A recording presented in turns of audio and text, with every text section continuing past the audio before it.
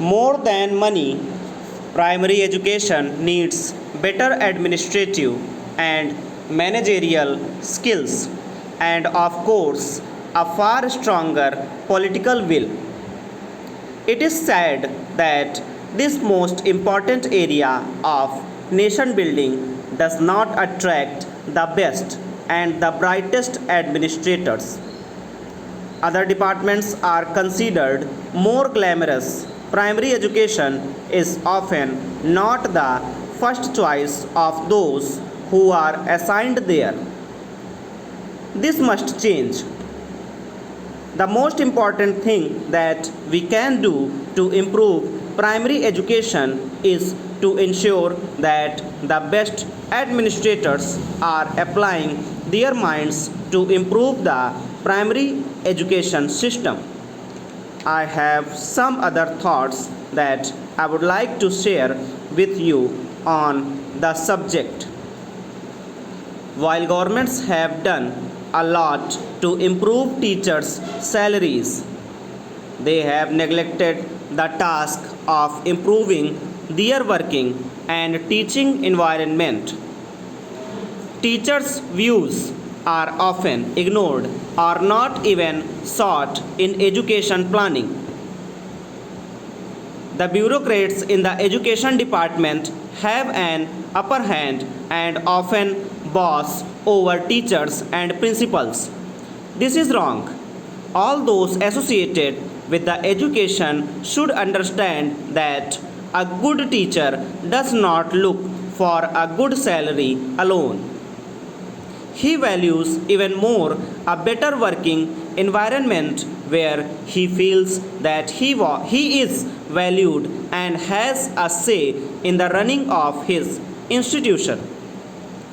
The quality of municipal and other government schools is inferior to that of private schools.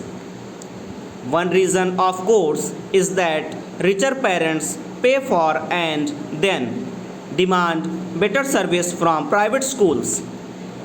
In government run schools where the parents are too poor and themselves uneducated, they cannot demand better service. This places a bigger responsibility on us to run our schools better in the absence of parental demand. Can we face up to that responsibility? How do we make parents and communities more responsive about the school in their midst? This is one of the great challenges before the education sector. If we want the villagers to consider the school to be theirs, then they must have a sense of responsibility and ownership. Here I have a suggestion. Education is a state object. The 73rd and 74th Amendments have decentralized powers to the panchayats and municipalities. In this spirit of decentralization, I propose that we transfer administrative control over village schools to panchayats, mandal panchayats and Jila Parishads. Thus, teachers' qualifications and salaries and the syllabus can still be set by the state government, but let the panchayat bodies manage the primary schools. Funds for this can be transferred to the panchayats from the state government.